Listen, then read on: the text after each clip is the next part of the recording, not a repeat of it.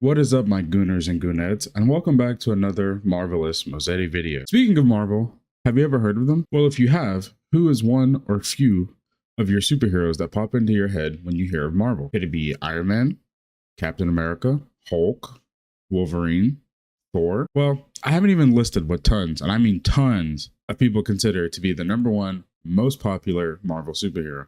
Want to take a guess? I'll give you a hint.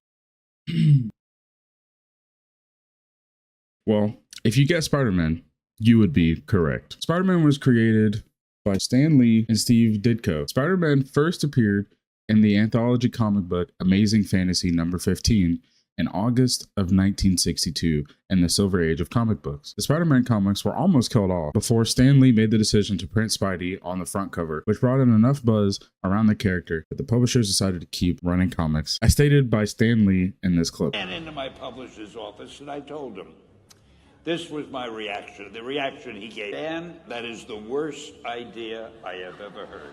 First of all, people hate spiders, so you can't call a hero Spider-Man.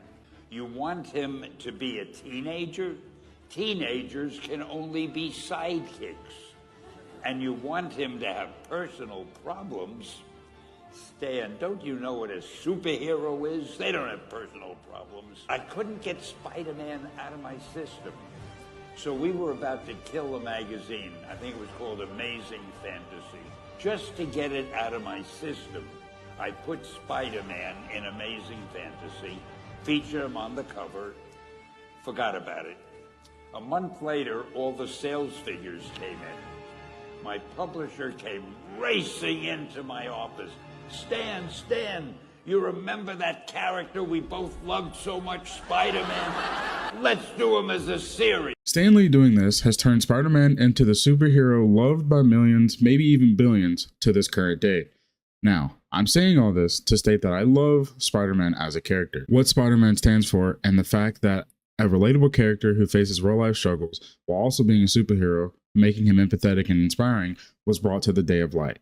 And it's not all sunshine and rainbows for Peter Parker or any Spidey variant. I'm doing all this because today we're talking about the Insomniac Spider-Man game that released on the PlayStation 4 on September 7th, 2018. Why this game specifically? Well, you'll see why I chose this Spider-Man game to talk about for a video. Starting off the game, we take on parole as an older, more veteran Peter Parker at the age of 23. After being New York's only Spider-Man for roughly 8 years. In the opening cinematic, you see the hectic life of trying to balance a normal life and being a superhero. Peter has no money, trash everywhere, working on his suit in his meantime, while listening to a police scanner of our beloved arch nemesis Wilson Fisk, aka Kingpin, while suiting up to go help the NYPD police captain Yuri Watanabe bring him down. An eviction notice is pushed under the door, and this is where the first relatable aspect is shown. After contemplating, Peter jumps out the window to go help take down Fisk. After arriving on scene and fighting a bunch of Fisk goons and saving civilians, Spider-Man! Go!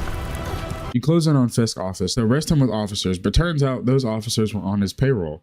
So we take them out and we finally greet Fisk while reminding him, don't forget the hyphen between spider and man, for the memoir. He doesn't take it too kindly, so we destroy the glass he hides behind with his turrets.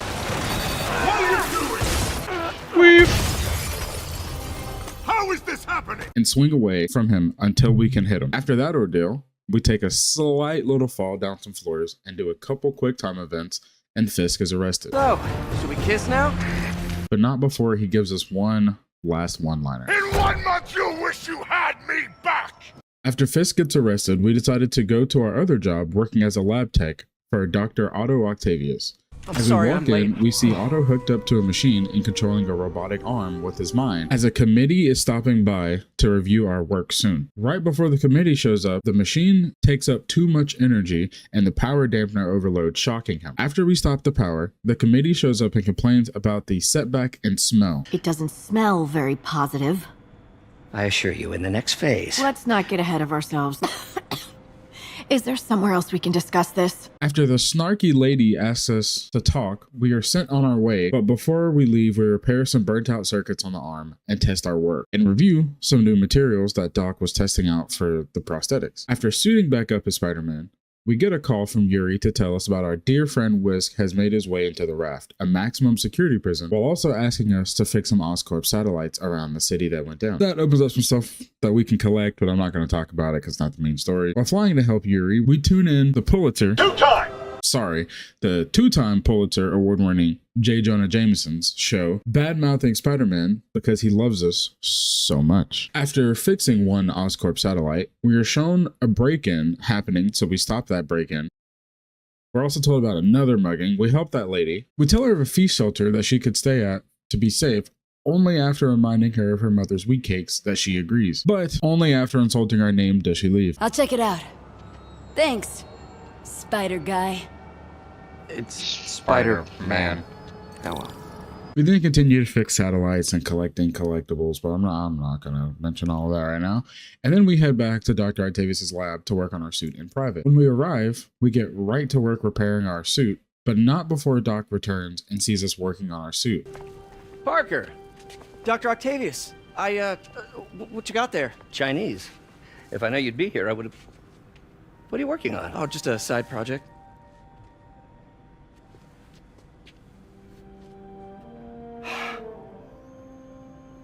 Of course. It's you.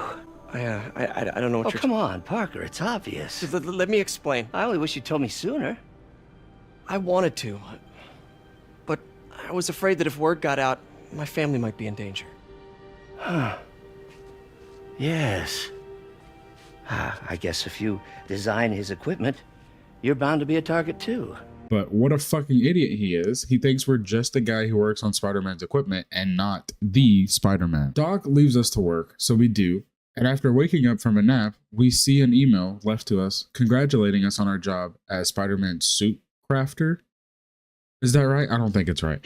And leaves us some designs that we create the sick new advanced suit.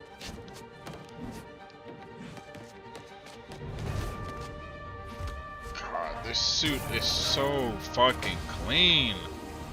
Excuse me, late for work.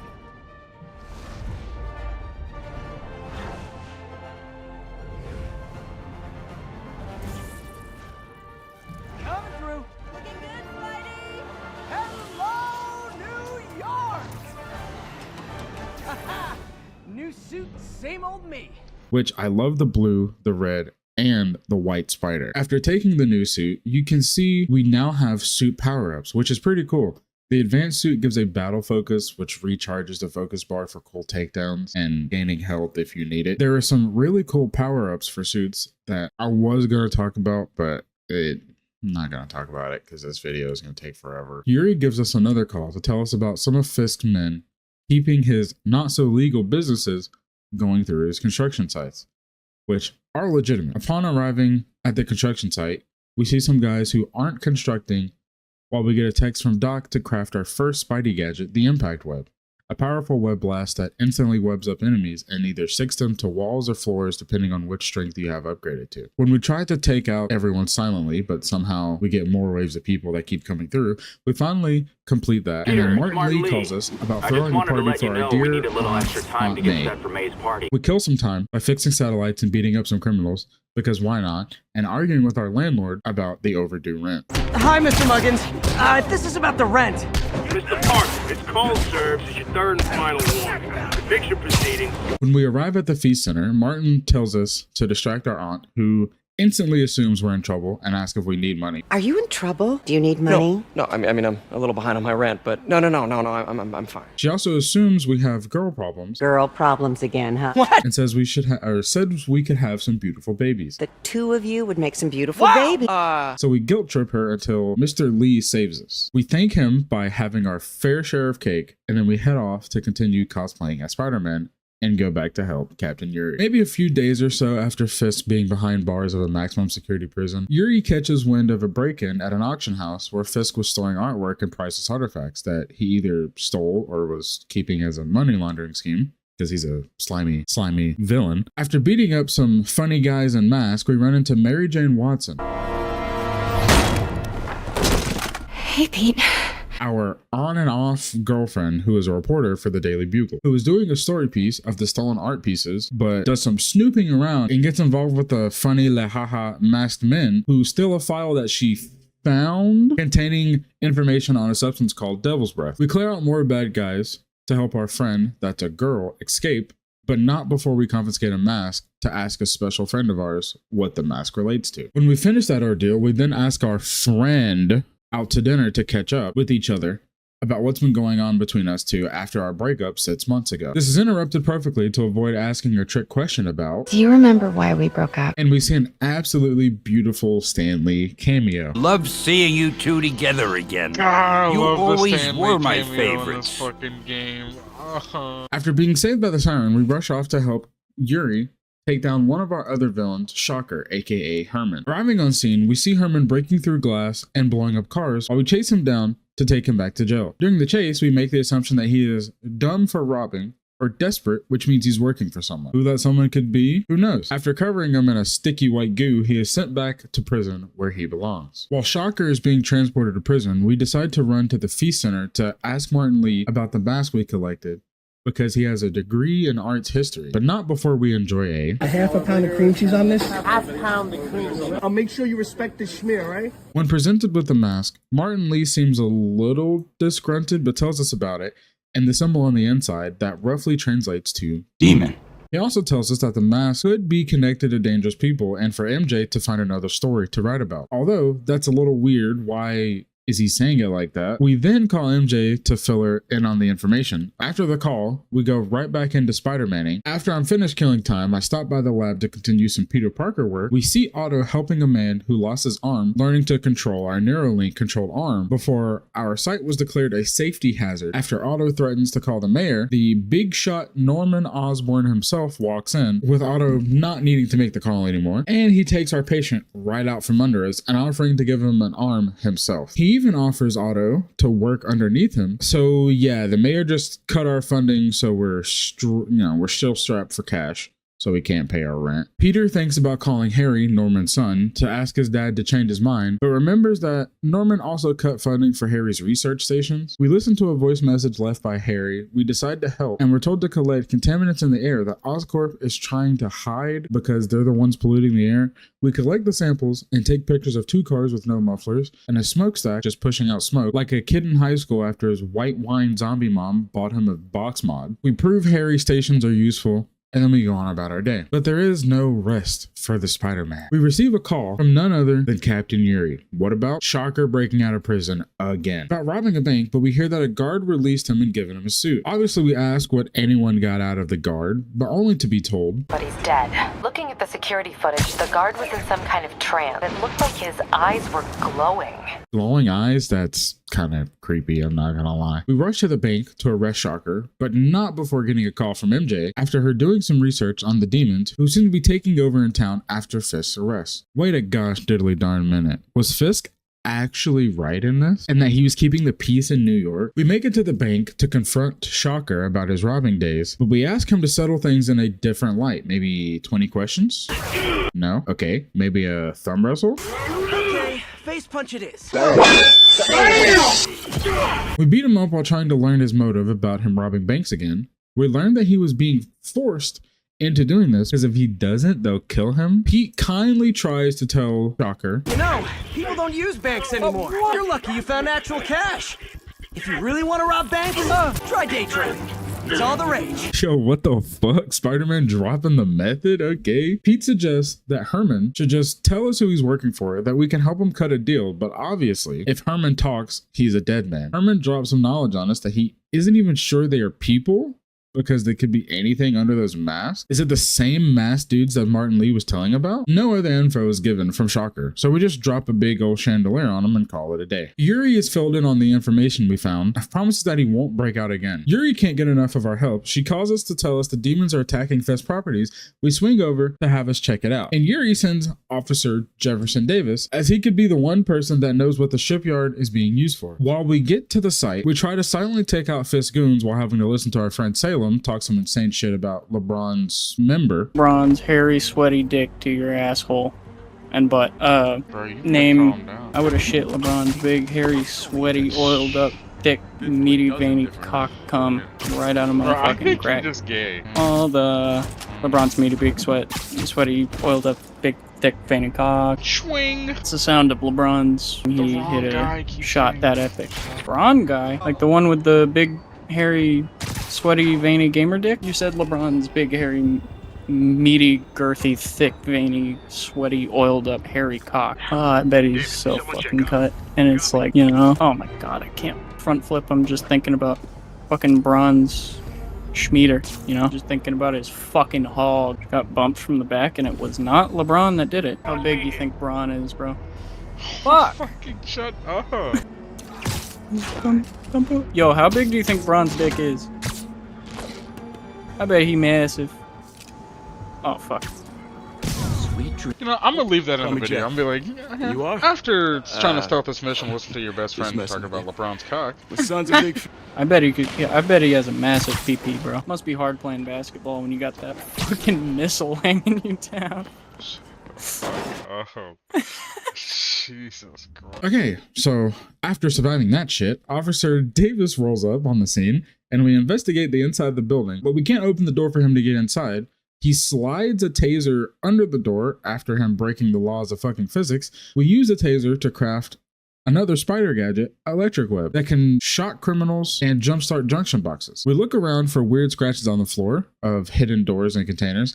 After finding the right one, we call out to Jeff, who needs our help with the out-of-commissioned elevator. Jeff makes a daring jump and sticks a landing, and then saying, we're not all donut eaters. The hidden door gets opened, and it's a trap door in the floor. After faking our spider shrink to give Jeff an ego, we climb through while tremors happen of damn demons. We're on the other side and ransack guns. We fight our way out. We chase down the truck with the remainder demons shooting rockets at us out of the truck. We take out the rocket launcher dude while trying to stop the driver. We collide with the semi-truck. We have to save the semi-truck from landing on the train tracks and almost getting creamed while leaving the demon inside the truck. The demon inside the box truck then turns around to try to crash into us and kill us because, you know, we're helping a civilian and, you know, every villain takes whatever they can to kill a Spider-Man. But as he's about to crash into us and kill us, Officer Davis comes down from the top ropes and save us. Peter then decides to try and run home to get some sleep. When we get to our apartment, the locks are changed because we forgot to pay our fucking rent. We use our insane strength to break down the doors to see that our stuff is gone. We call the sanitation unit to see if our things got picked up. We go on a wild goose chase on garbage trucks to pick up our Spidey drives with years of research. We find it, but not before getting into some fights for it, of course. We find our drive and we craft another gadget, a web bomb prototype, and a spider drone, only for us to fight again to be able to leave. Leaving the fight, we battle our inner self on calling MJ to see if we can sleep on her couch, but we ultimately decide to sleep on our Aunt May's couch at the Feast Center. After sleeping for the first time since the Fisk takedown, we see Aunt May working on her computer and money she left for us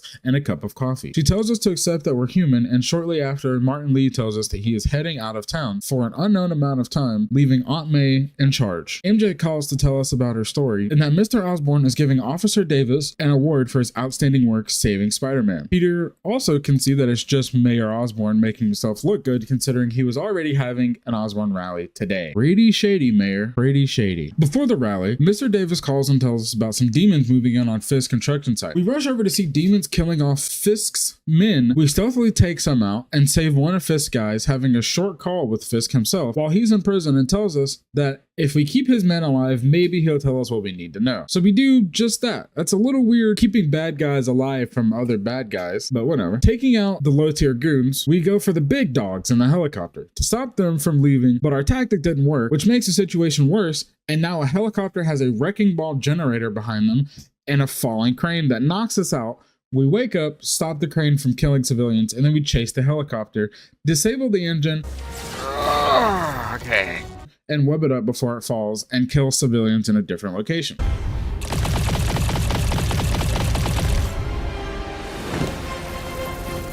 Our heroic acts were seen by Miles Morales, the son of Officer Jefferson Davis, as he is on his way to his dad's ceremony. Keep him in mind. Pete makes his way to the rally. When we arrive to the rally, we see Jeff, Rio, Miles' mom, and Miles talking. Before going on stage with Mr. Osborn to accept his medal, during the ceremony, Mr. Osborn receives a call from a voice that sounds rather familiar, saying he would rather to watch you suffer. than compromise on anything. Osborn is then rushed off the stage. Peter's spidey sense goes off and the demons blow up from bomb vest in the wake of it all. Officer Davis pushes a demon away and shields another officer while diving to the ground. After the attack, we see through the eyes of Miles Morales while our mom is asking if we're okay, and we look to our right and we can see Peter knocked out alongside with MJ trying to talk him awake from the attack. We come to our senses and chase down our mom through the rubble of the attack. We get to our mom, but scaffolding has fallen on top of her, and we see an EMT is attempting to lift it off of her. We assist and tell our mom, I have to go find my dad. Trekking through the scaffolding, you can hear Miles stating that his dad is alive. He has to be alive. We see demons show up as they start taking care of the loose ends. When we get to the end of the scaffolding exploration, we see a demon standing there that we attempt to take out. After failing to take out the demon, we hear the same familiar voice saying we have to go. We have to leave.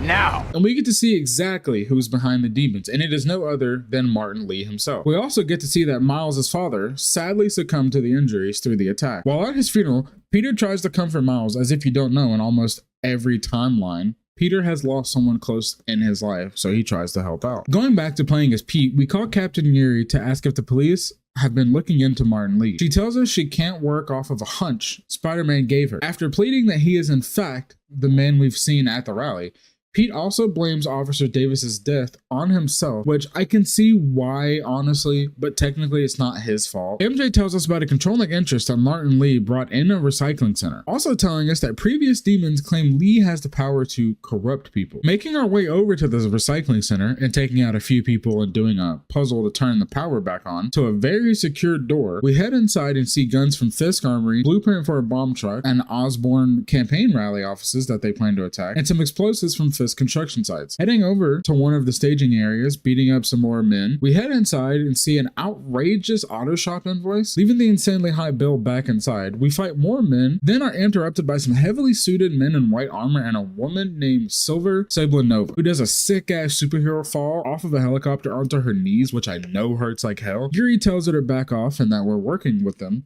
while introducing Silver herself. Yuri calls and apologizes while Pete makes his way over to Feast to find out more about Martin Lee. We also suggest to Aunt May that she should consider getting Miles to help out around the center. After helping out May, we decide to start snooping around to see what we can find on Lee. After breaking into his office through a vent and taking out a high voltage wire in the vent, we get into Lee's office. We do some snooping and find a picture of Lee's parents, and there is a hidden key in the picture frame. After doing some more snooping, we find the key. We take the key, unlock the painting to see a yin-yang puzzle. After setting it up, we get into a hidden room with Lee's demon things. Finding an MP3 player, you can hear Lee talk about his powers, and the Devil's Breath folder, only to set off the burn room mechanics. We dodge them due to our overpowered spidey sense, and we exit the room to see no other than Martin Lee himself gathering some things. May says we were at the Oscorp rally when the bombs went off, and he claims that we were at the wrong place at the wrong time. While trying to follow Lee outside, we're attacked by some people that Lee corrupted outside. We give a call to inform Yuri about our evidence on Lee and about his attack setup and Devil's Breath. We also call MJ and set up a dinner date and offer to cook. Then we get a call from Doc Ock about a new development, so we head over to see what he has in store for us. We swing to the lab and we see brand new equipment for us to start over and a new prosthetic arm to test. The arm has some issues lifting a mug and Otto getting upset, so we crack a bad joke. This is all your fault, Norman, you son of a... Well, I know who you're not voting for in the next election.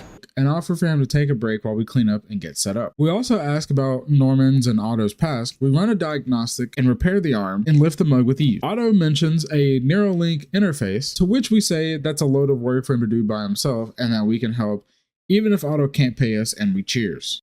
A call from MJ interrupts us, so we leave and head out to kill some time, which I spend making the thumbnail for this video. We head over to MJ's for dinner and get to do some MJ sneak around gameplay. After getting to the end of the sneaking, we see Tombstone and one of his workers having an average New Yorker debate.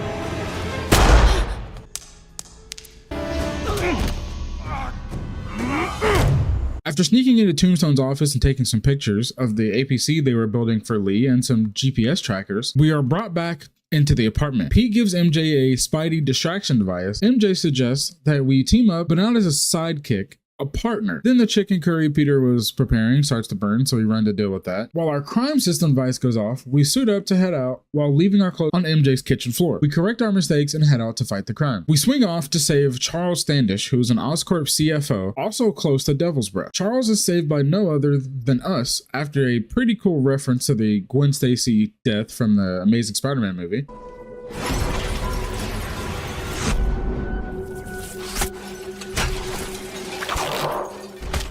We fill Yuri in on the saving and how shady Stable is on the situation. We also get a name, Isaac Delaney. Finding some information on him, we track him down to a Halloween party dressed up as another famous Spider-Man villain, Lizard. We run into a Mysterio cosplayer and ask about Delaney after almost ruining their helmet, who informs us Delaney is on the dance floor. Walking out, we see Vulture throwing out candy, and then we're directed to the dance floor and see Delaney dressed as the Lizard, but not before taking out some Rhino wannabe. The demons grab Delaney and take him into a room in the campus. After doing some sneaking, we find Lee talking to Delaney and corrupts him to tell him what he wants to know, and then making him off himself right after. We fight our way out from demons and civilians that Lee corrupted. After making our way out, we call Yuri to tell her that we need help and she'll need to find Morgan Michaels and that Lee is after her. Dr. Michaels is the main man working on Devil's Breath, by the way. We sneak into the Oscorp building, we get on to Osborn's computer and learn a little about GR27, aka Devil's Breath. It swaps over to MJ sneaking around. After sneaking, we find Standish on the computer, who dumps some info before Pete drops in thinking MJ is in trouble. I mean, he did have a gun to us right before, so yeah. Making him trip and knock himself out, which prompts us to leave in a hurry. While MJ isn't too happy with us, we drop her off at home and she calls us to roast us about our joke and brings up why we broke up. Pete brings up that MJ snuck into the middle of a military base, and then she leaves us hanging about what was being said about Grand Central. Otto calls us to tells us to run to the lab. After getting to the lab, we check more sensors to get the reaction time to 3 milliseconds. We see the prosthetic juggling tennis balls, now powered by Otto's brain. We also see Otto's degenerative neurological disorder firsthand as he struggles to take the Neuralink off of his head. After a speech, we give a call to May about Miles starting and head over to the Fee Center, and then stop some muggers trying to rob Miles and give him a few tips on how to defend himself from bigger opponents. Let me have it. Right on the jock, okay? I can... Oh,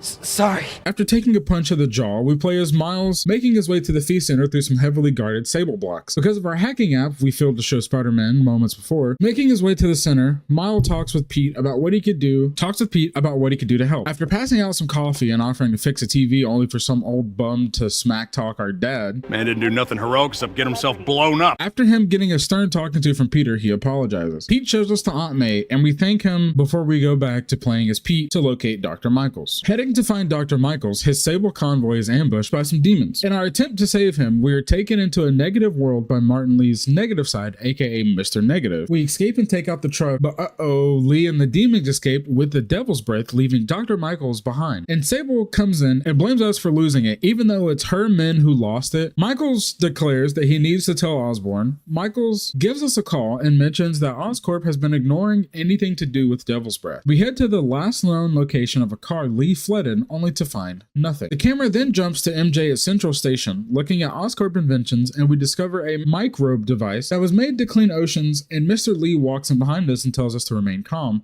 But instead, we call police over to attempt to take him out, but the demons knock out the oh-so-helpful officer and take the device and calls Mayor Osborn and tells him to come there alone or more blood will be on his hands. Afterwards, he places the Devil's Breath inside of the microbe. MJ shoots a text to Pete and he arrives and helps us get to a device to disarm the drones, but not before some dumbass civilian tries to be a hero. We offered to call the mayor ourselves. We guide a demon into an ambush. We then tell Pete which people to take down for us to get to a better location. We get to a spot and Lee breaks down the door and says some rather choice words. What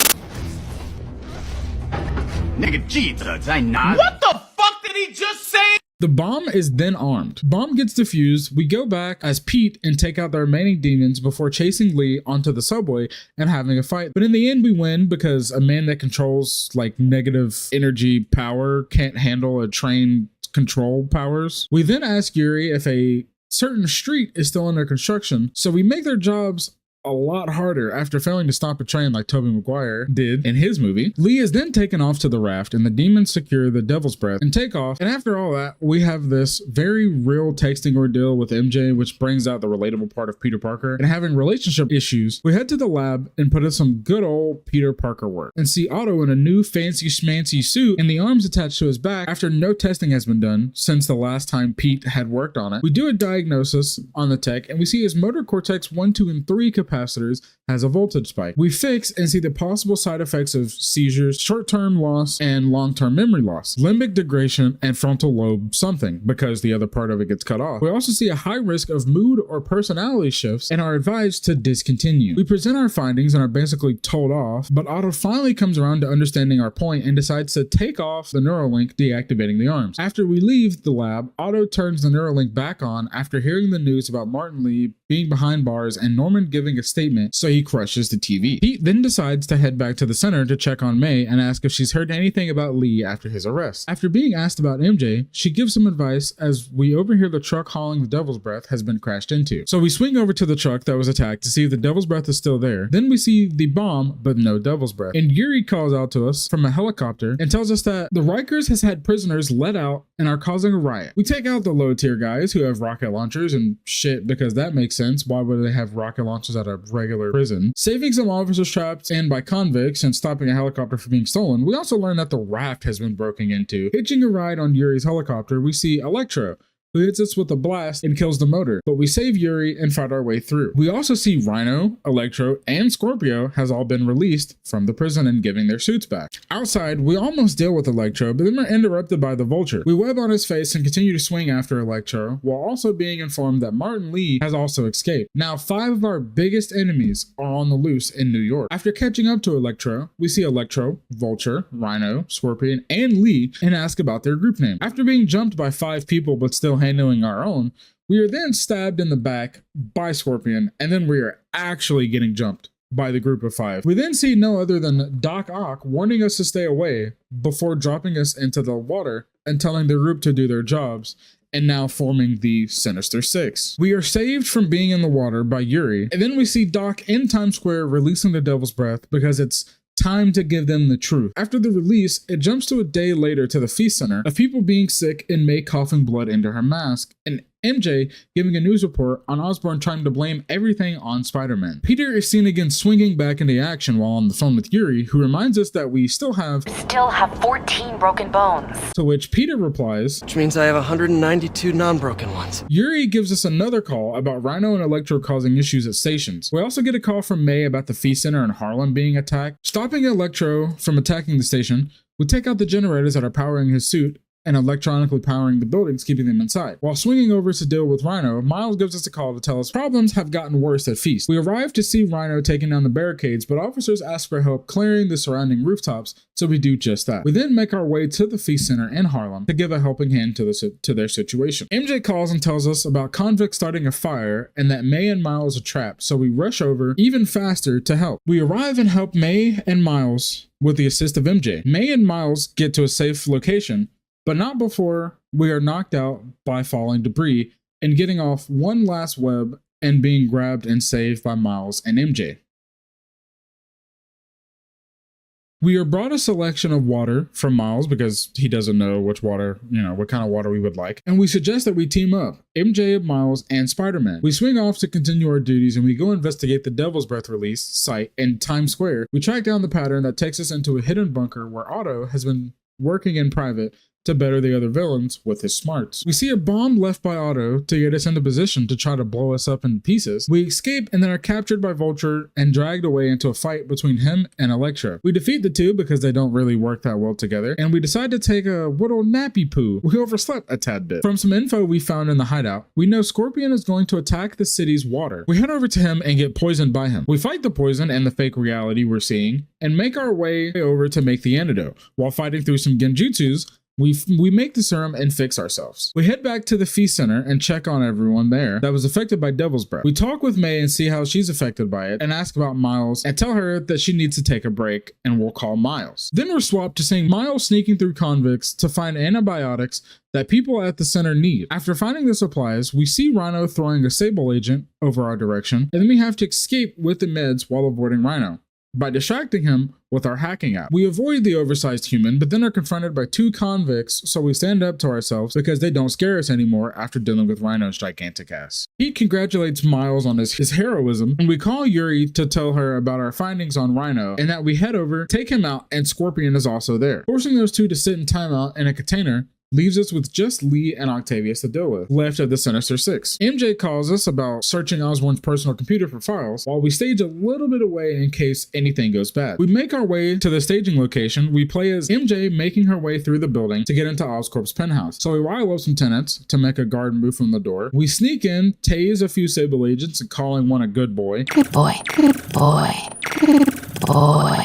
We unlock the elevator while seeing Norman come down to the lobby. We sneak into the elevator and catch a ride to his penthouse. Once in the penthouse, we do some snooping around to see books of people trying to explain Pete's powers, a combat mask that's made to see structural weaknesses. We put it on to see that there is a weakness in the main wall in the office. Moving the painting reveals a numpad. We continue looking around to find a paper mentioning the code used is Harry's last day, Harry being Norman's son. We do more snooping around to find a key on a back of picture of Harry's mom. We use that to unlock Harry's room and see medical equipment for him and his journal, and his entry is last marked July 18th. We then hear Sable and Norman return, arguing about leaving him unsupervised while he goes to check on the anti-serum for Devil's Breath. When we enter the day into the numpad, we enter the hidden room and find many things, including spider farms, prototype hand grenades, and a holographic table where we use to track where Dr. Michaels is being moved to next. There is also one thing we could check out, but I didn't because I want to show you guys later. We also find a video titled GR27 Martin Lee's Incident. What is this? And we are rolling. I will be right next door. Just relax and let the medicine do its work.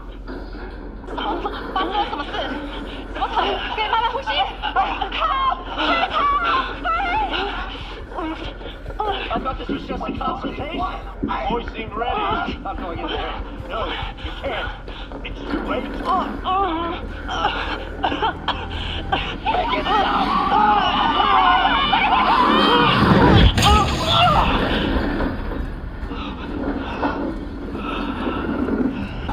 What have you done? Now we see why Lee is so hellbent on revenge against Osborn, and that Osborn has created Lee. After being scared by a spider and breaking something, we download the video for later, and Sable goes to check on the sound. Now pay attention to MJ's shoulders in this cutscene. You see 2 spiders crawling on her shoulders. She dusts off only 1 spider that we can see, but we saw 2. Just keep in mind the second one. MJ sneaks her way out of Norman's penthouse and makes a daring leap that could have ended another way because Pete didn't wear the best suit for this scene.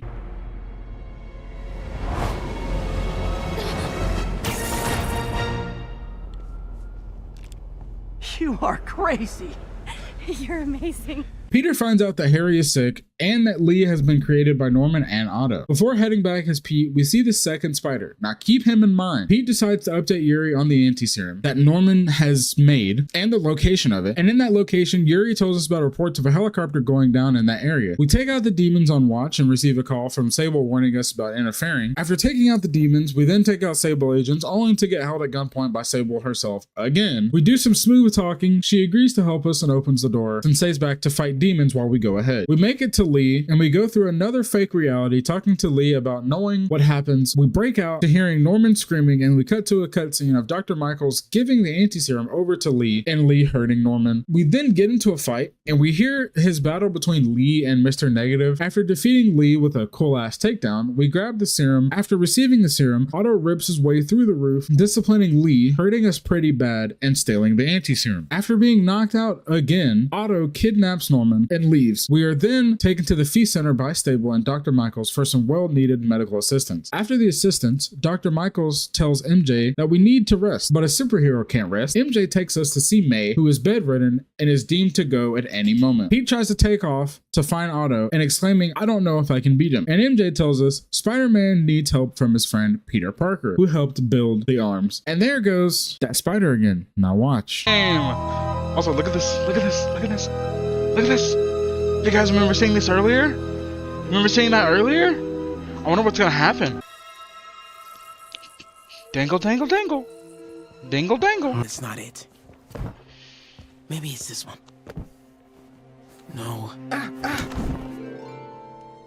We swing over to Otto's lab to prepare for our last and massive battle. We then don the anti-ox suit, which is a crazy name for a suit. We see Otto trying to force Norman to tell the world what he did and how everything he owns is all lies. But Norman is stubborn and would rather die than do that. Otto gives him another shot, but Norman stands 10 toes down, or well, in this case, I should say 10 toes up, and calls Otto a failure and gets dropped, but not before being saved by Spider-Man. We make it to the top and then do a huge ass battle. During the fight, our suit gets damaged and Otto says Peter's name. Such a disappointment. Parker. You knew? You knew? Revealing that he's always known that Peter was Spider-Man. After cussing him out, You motherfucker! and no, this isn't what's actually said in the game. It's the same voice actor, but a different game, and a lot of people are like, this should have been in here instead. We free fall a little bit to the side of the building, and our web shooters get damaged because of the electricity, so it's all hands now. We attempt to take the Neuralink off the back of Otto's neck, and we get slammed and stabbed in the shoulder. We allow him to push the blade deeper into our shoulder so that we can get closer to his neck and rip the Neuralink out, disabling his arms. While grabbing the anti-serum, Otto grabs our arm and claims that what he was doing was the best way, and to help him leave the situation and not let them arrest him, so he doesn't lose his arms. He also tells us that Peter's secret of being Spider-Man is safe with him, and then Peter walks away as Otto begs and screams for us. It hurts like hell. Peter, where are you going? Peter! Peter! We go back to the lab with the anti-serum so Dr. Michaels can study it and produce more doses. We're told it would be a few hours, to which we ask, what if we use it to cure someone right now? Peter goes to talk to May and then tells us to take off our mask as she wants to see her nephew, revealing that she's known for some time. Take off your mask. I want to see my nephew. You knew? I've known for a while. I don't know how I'm gonna get through this. Peter is then dawned with the choice of using the cure to cure Aunt May now, or let her die but save everyone being affected. I gotta look away before I cry again.